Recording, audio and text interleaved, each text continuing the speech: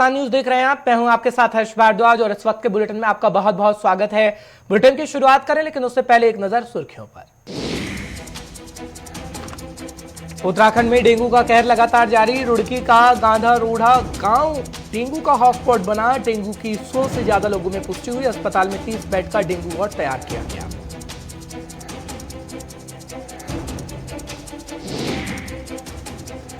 देवभूमि में कोरोना की रफ्तार में बेहद कमी। 24 घंटे में सिर्फ 14 नए संक्रमित केस, एक भी मरीज की मौत नहीं हुई। 176 एक्टिव केसों की संख्या बताई।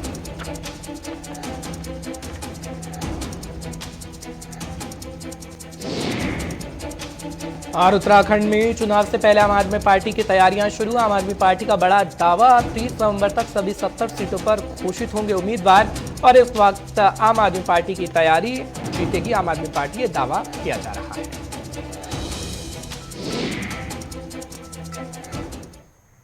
चलिए बुलेटिन की शुरुआत करते हैं। सबसे पहले बात करते हैं उत्तराखंड की। बड़ी जानकारी इस वक्त आ रही है, वो आपको देते हैं उत्तराखंड से, क्योंकि उत्तराखंड के अंदर आज चमोली और पौड़ी का दौरा करेंगे सीएम पुष्कर सिंह धामी। ये जानकारी आपको इस वक्त की बड़ी दे रहे हैं, क्योंकि अतिवृष्टि और प्रभावित लोगों से मुलाकात करेंगे। क्योंकि हम खास तौर पर देख रहे हैं कि इस वक्त परेशानी लोगों को हो रही है, क्योंकि बाढ़ से ग्रसित इस वक्त उत्तराखंड है।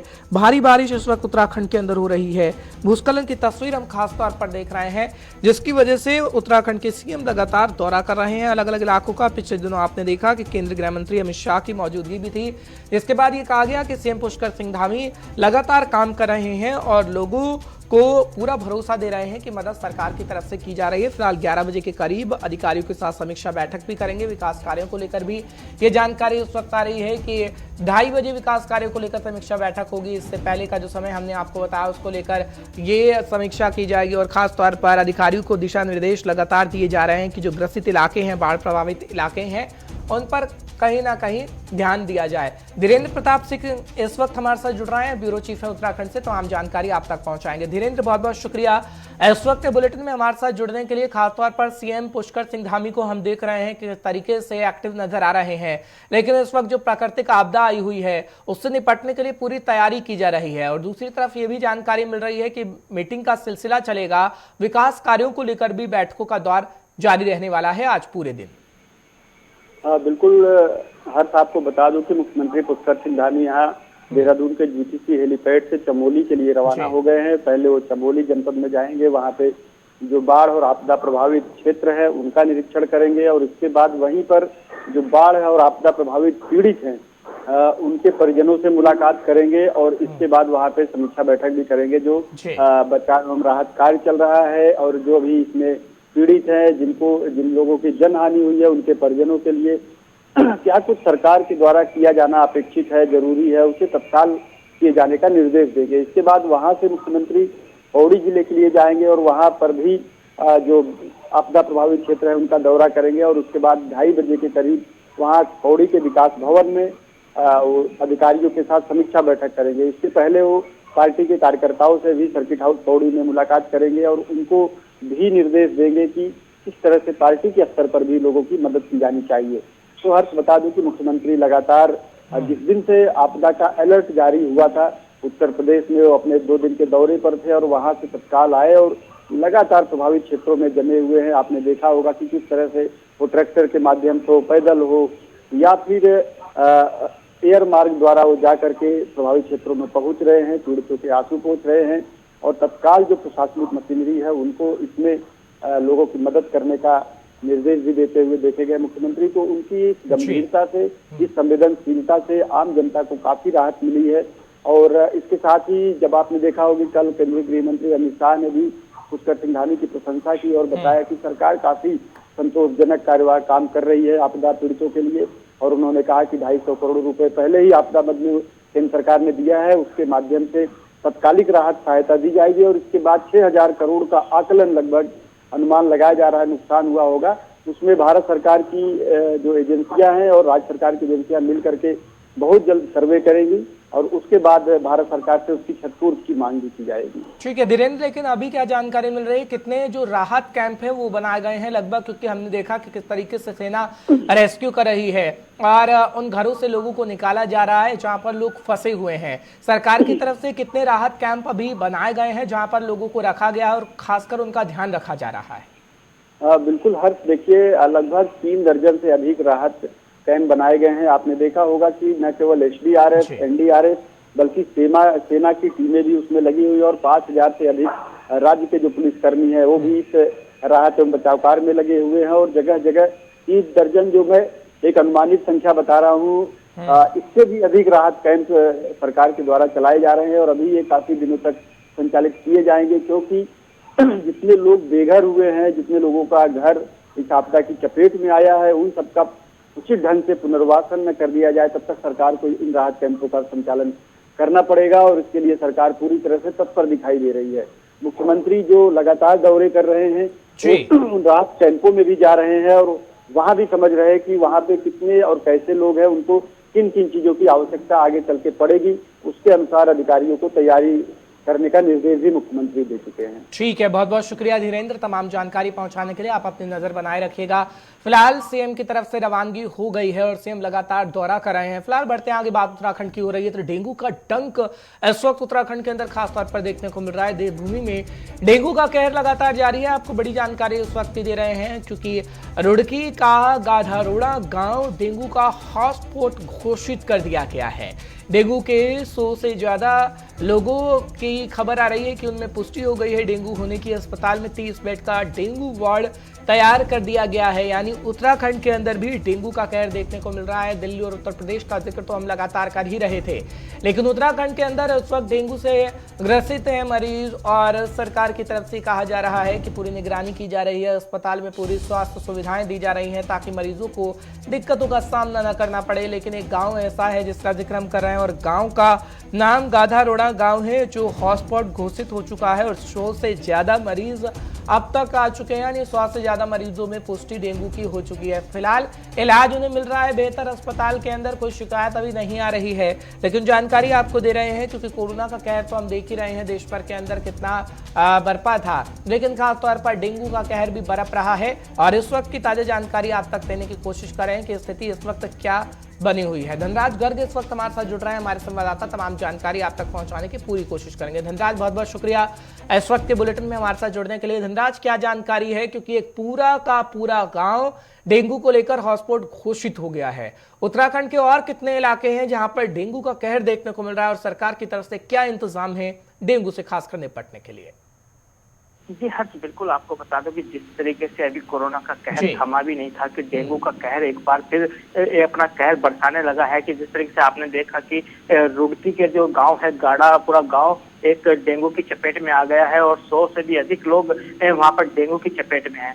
वहीं उस गांव को अभी सरकार की तरफ से हॉटस्पॉट घोषित कर दिया गया है और साफ तौर पर यही देखने में आ रहा है कि जिस तरीके से लगातार डेंगू के मामले सामने आ रहे हैं, चाहे वो रुड़की हो या देहरादून हो या फिर अन्य जिले हों, सभी जिलों में डेंगू के मामले सामने आ रहे हैं। वही यदि सरकार की बात करें तो सरकार भी लगातार कह रही है कि पूरे इंतजाम डेंगू से निपटने के लिए प्रशासन पहले ही कर चुका है, सरकार पहले ही कर चुकी है। तमाम अस्पतालों में बेडों की संख्या बढ़ा दी गई है। वहीं रुड़की में भी एक 30 बेड का एक डेंगू वार्ड अलग से बनाया गया है। वही यदि राजधानी देहरादून की बात करें तो राजधानी देहरादून में भी जो दून हॉस्पिटल है, जाना माना हॉस्पिटल, सरकारी हॉस्पिटल दून हॉस्पिटल कहलाता है और जहाँ पे दूर दराज से कभी लोग आते हैं, तो कहीं ना कहीं उसमें भी व्यवस्थाएं दुरुस्त कर दी गई है। शासन प्रशासन की तरफ से पूरी निगरानी डेंगू की ओर रखी जा रही है। वहीं यदि नगर निगम की बात करें तो नगर निगम भी लगातार इस पर अपनी नजर बनाए हुए है और तमाम अभियान चलाकर डेंगू की जो लार्वा होता है उसको समाप्त करने की कोशिश नगर निगम कर रहा है और साथ ही जो फॉगिंग का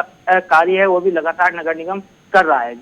ठीक है, लेकिन ये भी सवाल का जवाब दीजिएगा क्योंकि अगर बात करें हम उन ग्रामीण इलाकों की, खास तौर पर जहां पर अस्पताल नहीं है, उन्हें शहरी इलाकों की ओर जाना पड़ता है, तो स्वास्थ्य विभाग की टीमें किस तरीके से काम कर रही हैं? क्या जागरूकता को लेकर उन ग्रामीण इलाकों में जाया जा रहा है? क्या आशा वर्कर को लगाया गया है या अन्य कर्मचारियों को लगाया गया है कि ग्रामीण इलाकों तक जाएं और जागरूकता फैलाने का काम करें? क्योंकि अब डेंगू का कहर सिर्फ एक गाँव तक सीमित नहीं है, पूरे उत्तराखंड के अलग अलग इलाकों में हम देख रहे हैं कि डेंगू का कहर बरप रहा है। तो जागरूकता को लेकर क्या सरकार कर रही है? जी बिल्कुल, हर जिस तरीके से आपने कहा कि डेंगू का कहर कहीं न कहीं उत्तराखंड में लगातार बरसता हुआ नजर आ रहा है और वहीं यदि ग्रामीण क्षेत्रों की बात करें तो ग्रामीण क्षेत्रों में भी अब डेंगू से बचे नहीं रही हैं। तमाम ग्रामीण क्षेत्रों में भी डेंगू अपना कहर बरसाने लगा है। आपने देखा कि रुड़की के जो गाड़ा गांव है उसमें भी 100 से अधिक लोग आ गए हैं, डेंगू की चपेट में आ गए हैं। तो कहीं न कहीं जो ग्रामीण क्षेत्र है उसके लिए भी सरकार लगातार अभियान चलाकर कहीं न कहीं डेंगू का जो लार्वा है उसको समाप्त करने की कोशिश करता रहता है। वहीं अलग से एक टीम बनाकर प्रधान जो ग्राम का प्रधान होता है उसकी निगरानी में स्वास्थ्य विभाग की टीम बनाकर घर घर जाकर लार्वे को चेक किया जा रहा है। यदि किसी के यहाँ लार्वा मिलता है तो उसे नष्ट किया जाता है। तो कहीं ना कहीं जागरूकता अभियान जरूर नगर निगम की चलिए ठीक है, जागरूकता अभियान कहीं ना कहीं चलाना होगा। धनराज, बहुत बहुत शुक्रिया तमाम जानकारी पहुंचाने के लिए, दर्शकों को अपडेट रखने के लिए। फिलहाल बढ़ते हैं आगे। जब डेंगू का जिक्र हो रहा है तो कोरोना का भी जिक्र कर लेते हैं फटाफट से। देवभूमि में कोरोना की रफ्तार में कमी आ गई है। जानकारी इस वक्त की बड़ी आपको दे रहे हैं। 24 घंटे में सिर्फ और सिर्फ 14 नए मामले सामने आए हैं उत्तराखंड के अंदर, यानी हालात बेहतर ठीक हो चले हैं। एक भी मरीज की मौत नहीं हुई है। 14 मरीज ठीक होकर घर भी जा चुके हैं। इस वक्त की ताजा जानकारी, सक्रिय मामलों की संख्या 176 है। ये एक्टिव केसों की संख्या हम आपको बता रहे हैं कि 176 पहुंच गई है। हालांकि अगर बात करें तो प्रशासन की तरफ से पूरी निगरानी रखी जा रही है और प्रशासन ये दावा ठोक रहा है कि मरीजों को बेहतर सुविधाएं मिल रही हैं। अगर कोई संक्रमित मरीज आ भी रहा है अस्पताल के अंदर, क्योंकि ऋषिकेश एम्स के अंदर लगातार जाया जा रहा है प्रशासन के उच्च अधिकारियों की तरफ से और स्थितियों का जायजा लिया जा रहा है। हालांकि अगर बात करें, इससे पहले डेंगू का हम जिक्र कर रहे थे, लेकिन कोरोना को लेकर भी हालात बद से बदतर बने हुए तो उत्तराखंड के अंदर, यानी पूरे देश के अंदर भी ऐसे ही हालात बने थे। लेकिन फिलहाल अब हालात सामान्य होते हुए नजर आ रहे हैं। संचित इस वक्त हमारे साथ जुड़ रहे हैं, तमाम जानकारी आप तक पहुंचाने की पूरी कोशिश करेंगे। संचित, बहुत बहुत शुक्रिया इस वक्त हमारे साथ जुड़ने के लिए। संचित, क्या जानकारी आपके पास भी है, क्योंकि कोरोना को लेकर खास तौर पर अब ये देखने को मिल रहा है कि हाँ, धीरे धीरे हालात सामान्य हो रहे हैं। अभी थोड़ी देर पहले हमने प्रधानमंत्री नरेंद्र मोदी का संबोधन सुना। वो कह रहे हैं कि 100 करोड़ टीकाकरण हमने किया, टीका लगा, लेकिन आपको लापरवाही नहीं बरतनी है, सतर्कता बरतनी होगी, चेहरे पर मास्क लगाना होगा, क्योंकि त्योहारों का सीजन है। और यही बात उत्तराखंड के सीएम भी कह रहे हैं। क्या जमीनी स्तर पर आप हालात देखते हैं संचित? बिल्कुल, देखिए अगर जमीनी स्तर की बात करें तो आप देखिए कोरोना के जो केसेज है उत्तराखंड के अंदर अगर बात करें तो लगातार घटते हुए नजर आ रहे हैं। और साथ ही साथ अगर वैक्सीनेशन की बात करें तो आप देखिए वैक्सीनेशन का कार्य कितनी तेजी से चल रहा है। अगर उत्तराखंड की बात करें तो वैक्सीनेशन को लेकर के जो कार्य था उसे नवंबर तक पूरे उत्तराखंड को फुली वैक्सीनेट करने का जो लक्ष्य रखा हुआ था, उसी के रूप में आप देखिए कि उत्तराखंड को फर्स्ट डोज वैक्सीनेट पूरा हो चुका है उत्तराखंड का। और अगर सेकेंड डोज वैक्सीनेशन की बात करें तो नवंबर तक जो अनुमान लगाया जा रहा है और जिस रफ्तार से वैक्सीनेशन चल रहा है उससे अनुमान लगाया जा रहा है कि नवंबर के एंड तक पूरा उत्तराखंड फुली वैक्सीनेट हो जाएगा। और आप देखिए कि तमाम तरीके के प्रोटोकॉल, तमाम तरीके की गाइडलाइन और तमाम तरीके की चीजें सब धरातल पर भी देखने को मिलती है। जब लोग कोरोना गाइडलाइंस का अगर उल्लंघन करते हैं तो प्रशासन उनके खिलाफ कड़ी कार्रवाई भी करता है। तो आप अंदाजा लगा सकते हैं कि उत्तराखंड के अंदर जो सरकार और प्रशासन है वो कितनी सतर्कता से कोरोना का पालन करा रही है, कोरोना गाइडलाइंस का पालन करा रही है। और जो केसेज है उसकी रफ्तार आपको इस चीज का अंदाजा भी देगी कि किस तरीके से रफ्तार कम हो रही है। तो कहीं ना कहीं सक्रिय उत्तराखंड की जनता और जो लोग हैं वो नजर आते हैं। ठीक है, लेकिन खास तौर पर जब हम देख रहे हैं संचित कि हालात सामान्य हो रहे हैं, पर्यटकों का जिक्र करते हैं तो पर्यटक भी आ रहे हैं, सब कुछ स्थिति ठीक ठाक होती हुई नजर आ रही है, लेकिन क्या सरकार की तरफ से अब जागरूकता जो पहले हम देख रहे थे चलाई जा रही थी, क्या जागरूकता लोगों में खास तौर पर है? क्योंकि अभी भी कुछ तौर पर हम लोगों को देख रहे हैं मार्केट्स में हो या फिर पर्यटक जो आ रहे हैं चेहरे पर मास्क नहीं लगाया जा रहा है। क्या जुर्माने का प्रावधान सरकार की तरफ से रखा गया है कि हाँ, जनता के मन में डर हो और जनता ऐसा ना करे, चेहरे पर मास्क लगाया जाए? क्योंकि मास्क अगर लगाया जाएगा तो कई बीमारियों से बचा जा सकता है। संचित, बिल्कुल, और देखिए जो लोग लापरवाही करते हैं, जो मास्क नहीं पहनते हैं, कोरोना गाइडलाइंस के किसी भी रूप में उल्लंघन करते हैं, उनके ऊपर दंडात्मक कार्रवाई लगातार प्रशासन कर रहा है। और साथ ही साथ आप देखिए बाजारों में इस समय त्योहार का माहौल शुरू हो गया, त्योहार नजदीक है और ये त्योहारी महीना चल रहा है। और आप देखिए जिस तरीके से मार्केट में रौनक, बिल्कुल कहीं ना कहीं लापरवाही नहीं करनी होगी संचित, समझना होगा इन चीजों को, क्योंकि अपने परिवार को अगर खतरे में नहीं डालना है तो हमें सावधानी सतर्कता बरतनी होगी। फिलहाल आप बने रहिएगा हमारे साथ, एक बड़ी खबर आ रही है वो दर्शकों को फटाफट से बता देते हैं। राजनीति से जुड़ी हुई है। देवभूमि में चुनाव से पहले आम आदमी पार्टी की तैयारी शुरू हो गई है। इस वक्त की ताजा जानकारी आपको दे रहे हैं। आम आदमी पार्टी का बड़ा दावा इस वक्त देखने को मिल रहा है। आम आदमी पार्टी ये कह रही है कि जल्द ही अपने उम्मीदवारों की घोषणा करेंगे। 30 नवंबर तक सभी 70 सीटों पर उम्मीदवारों की घोषणा कर दी जाएगी। जाएगी आम आदमी पार्टी की तरफ से। हालांकि बीजेपी और कांग्रेस से पहले आप करेगी घोषणा, ये प्रदेश प्रभारी की तरफ से जानकारी दी गई है। बड़ी खबर आपको बता रहे हैं खासतौर पर आम आदमी पार्टी पूरा प्रयास कर रही है और तैयारी इस वक्त देवभूमि में खासतौर पर आम आदमी पार्टी की देखने को मिल रही है। संचित शर्मा लगातार हमारे साथ बने हुए हैं, तमाम जानकारी आप तक पहुंचा रहे हैं। संचित, राजनीति गर्म हो गई है उत्तराखंड की भी, क्योंकि हर एक पार्टी तैयारी कर रही है, लेकिन इस वक्त नई पार्टी है आम आदमी पार्टी। त्रिकोणीय मुकाबला खासतौर पर देखने को मिलेगा, लेकिन क्या वाकई आम आदमी पार्टी जो दावे वादे ठोक रही है वो खासतौर पर देखने को मिलेगा कि हाँ, उस दावों वादों का असर जनता पर पड़ा है और जनता कहीं नहीं आम आदमी पार्टी पर विश्वास कर सकेगी, क्या ऐसा आपको लगता है? देखिए, आपको बताना चाहूंगा, जिस तरीके से आम आदमी पार्टी की अगर बात करें, आम आदमी पार्टी उत्तराखंड की किसी भी मुद्दे में हो, कोई भी मुद्दा हो, कोई भी कार्यक्रम हो, वहाँ पे अपनी मौजूदगी दर्ज कराना चाहती है, चाहे वो किसी भी तरीके का मुद्दा हो। तमाम तरीके के मुद्दों को लेकर के आम आदमी पार्टी सड़क पर उतरी है। देखिए, जिस तरीके से रोजगार का मुद्दा हो, चाहे वो पलायन का मुद्दा हो, चाहे वो शिक्षा का मुद्दा हो, चाहे वो स्वास्थ्य का मुद्दा हो, चाहे वो कोरोना का मुद्दा हो, तमाम तरीके के बड़े मुद्दे जो आने वाले उत्तराखंड के 22 के विधानसभा चुनाव में उठाए जाएंगे, उनको लेकर के आम आदमी पार्टी प्रमुखता से उनको उठाने का काम कर रही है। और साथ ही साथ जो भारतीय जनता पार्टी जिनकी सरकार इस वक्त उत्तराखंड के अंदर है, उनको घेरने का काम कर रही है। तो कर्नल अजीत कोठियाल कहीं ना कहीं सक्रिय उत्तराखंड के अंदर नजर आते हैं। लेकिन अगर बात की जाए कि जनता के मूड की, तो फिलहाल आम आदमी पार्टी के जो कैंडिडेट है, अगर उनकी बात करें, जो दावेदारी कर रहे हैं कि आम आदमी पार्टी से विधानसभाओं के चुनाव लड़ेंगे, उनकी बात करें तो कहीं ना कहीं जनता अभी भी उनके ऊपर भरोसा जताने के लिए तैयार नहीं है। लेकिन जिस तरीके से अगर योजनाओं की बात करें, दिल्ली मॉडल की बात करें, दिल्ली मॉडल को लेकर के उत्तराखंड में जो बात कही जाती है, मुफ्त बिजली, मुफ्त शिक्षा, मुफ्त पानी, इन सब चीजों को लेकर के जो तमाम तरीके की योजनाएं और जो तमाम तरीके की बातें आम आदमी पार्टी द्वारा उत्तराखंड के अंदर कही जाती है, अगर उसकी बात करें तो कहीं ना कहीं थोड़ा बहुत ध्यान जरूर उत्तराखंड की जनता का केंद्रित। चलिए, ठीक है संचित, बहुत बहुत शुक्रिया, आप अपनी नजर बनाए रखिएगा। आपसे जानकारी समय समय पर लेते रहेंगे कि क्या राजनीतिक हलचल इस वक्त उत्तराखंड के अंदर हो रही है। बढ़ते हैं आगे, बात आम आदमी पार्टी की करते हैं, क्योंकि आम आदमी पार्टी सरकार पर कटाक्ष कर रही है। आम आदमी पार्टी की तरफ से सरकार से मुआवजे की मांग की गई है, और दरअसल मुआवजे की मांग क्यों की गई है आपको बताते हैं। उत्तराखंड में बारिश से 7,000 करोड़ रुपए का नुकसान हुआ है, ये आम आदमी पार्टी की तरफ से बताया जा रहा है, और सरकार पीड़ितों को मुआवजा जल्द से जल्द दे। आम आदमी पार्टी की तरफ से कहा जा रहा है केंद्र से 10,000 करोड़ के पैकेज की मांग करे सरकार, ये कर्नल कोठियाल की तरफ से कहा गया है। आम आदमी पार्टी की तरफ से कहा गया है कि जो सीएम पुष्कर सिंह धामी है वो केंद्र से 10,000 करोड़ के पैकेज की मांग किया। हालांकि कल केंद्रीय गृह मंत्री अमित शाह की तरफ से जब पहुंचा गया था तब वो बता रहे थे कि पहले ही ये राशि दी जा चुकी है और हम लगातार उत्तराखंड के लोगों के लिए काम कर रहे हैं, ये अमित शाह की तरफ से बताया जा रहा था। लेकिन आम आदमी पार्टी कटाक्ष कर रही है और सीधे सीधे आम आदमी पार्टी ये बताने की कोशिश कर रही है कि जनता के साथ है, जनता का साथ देंगे और जनता हम पर विश्वास करे। इसलिए राजनीति बखूबी उत्तराखंड के अंदर देखने को मिल रही है, क्योंकि 2022 का चुनाव बेहद नजदीक है और उससे पहले खासतौर पर हम हलचल देख रहे हैं। बात चाहे उत्तराखंड की करें, उत्तर प्रदेश की करें, पंजाब, गोवा या मणिपुर, क्योंकि 5 राज्य यही है जहां पर चुनाव होंगे 2022 के अंदर। समय बेहद नजदीक है और हर एक पार्टी अपनी तैयारी कर रही है। उसी कड़ी में हम आम आदमी पार्टी को भी देख रहे हैं कि आम आदमी पार्टी पूरी तैयारी लगभग कर चुकी है और ये भी आम आदमी पार्टी की तरफ से दावा ठोका जा रहा है कि आगे आने वाले समय में आम आदमी पार्टी की सरकार बनेगी।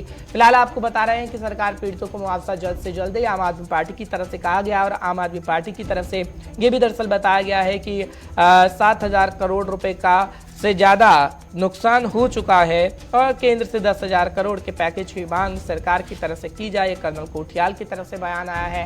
हालांकि आरोप प्रत्यारोप का दौर लगातार जारी है, क्योंकि बीजेपी भी आम आदमी पार्टी पर कटाक्ष करने का काम कर रही है कि आम आदमी पार्टी को हालातों का पता नहीं है और आम आदमी पार्टी लगातार सिर्फ और सिर्फ बयानबाजी कर रही है कि आम आदमी पार्टी को जीतना है उत्तराखंड के अंदर। लेकिन बीजेपी ने विकास किया है उत्तराखंड के अंदर, लोगों के लिए बीजेपी काम कर रही है और सत्ता में वापसी बीजेपी की तरफ से ही की जाएगी। ये भी लगातार हम तमाम मंत्रियों को सुनते रहते हैं बीजेपी के। लेकिन इस वक्त की ताजा जानकारी, बड़ी खबर आपको बता रहे हैं कि आम आदमी पार्टी लगातार सरकार पर कटाक्ष करने का काम कर रही है और आगे आने वाले समय में आम आदमी पार्टी ये दावा ठोक रही है कि उत्तराखंड के अंदर भी 2022 के अंदर चुनाव होंगे तो उत्तराखंड के अंदर आम आदमी पार्टी की सरकार बनेगी। खैर ये तो वक्त ही बताएगा, लेकिन तमाम जानकारी आप तक पहुंचाने की कोशिश करें कि इस वक्त की बड़ी खबर क्या है और उत्तराखंड के अंदर हलचल तेज हो गई है। फिलहाल आम आदमी पार्टी की तरफ से पूरी तैयारी की जा चुकी है।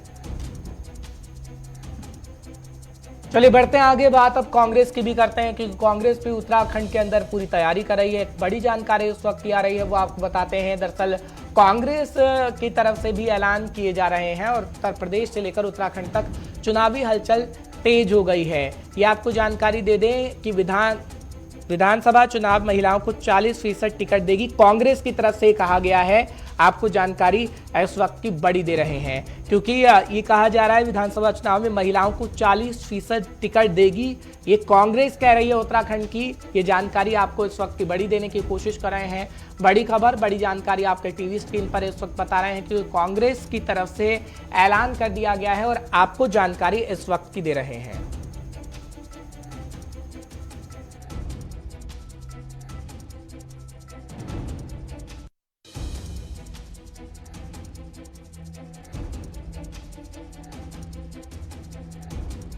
जानकारी इस वक्त की बड़ी दे रहे हैं तो विशाखा चौधरी इस वक्त हमारे साथ जुड़ रही हैं, हमारी संवाददाता हैं। फोन लाइन पर तमाम जानकारी आप तक पहुंचाने की कोशिश करेंगे। विशाखा, बहुत बहुत शुक्रिया इस वक्त हमारे साथ जुड़ने के लिए। विशाखा, उत्तर प्रदेश से लेकर उत्तराखंड, क्योंकि उत्तर प्रदेश के अंदर हमने प्रेस कॉन्फ्रेंस प्रियंका गांधी की देखी थी, जब वो महिलाओं को लेकर ये कह रही थी कि लड़की हैं लड़ सकती हैं, और खासतौर पर ये नारा भी दिया गया है। तो क्या उत्तराखंड के अंदर भी ये नारा दिया जाएगा, क्योंकि हरीश रावत भी हम देख रहे हैं एक्टिव मोड में नजर आ रहे हैं। हरीश रावत उत्तराखंड की कमान लेने वाले हैं, ये भी सूत्रों के हवाले से खबर मिल रही है। लेकिन क्या हम देख रहे हैं जो उत्तर प्रदेश के अंदर खासतौर पर कहा जा रहा है महिला को साधने की कोशिश की जा रही है, आधी आबादी को साधने की कोशिश की जा रही है, उसी तरीके से उत्तराखंड के अंदर भी होगा।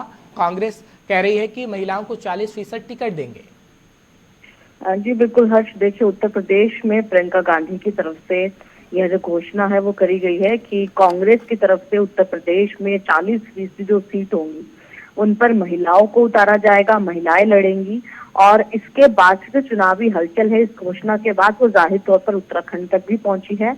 और उत्तराखंड में भी कांग्रेस इस तरह के जो बयान है वो दे रही है कि जिस तरह से उत्तर प्रदेश की जो सत्ता में आने के लिए कांग्रेस 40% जो उम्मीदवार है अपने वो महिलाओं के रूप में पेश करेंगी, ठीक वैसे ही उत्तराखंड में भी कांग्रेस महिलाओं के लिए अग्रसर है, महिलाओं की भागीदारी चाहती है अपनी पार्टी के अंदर।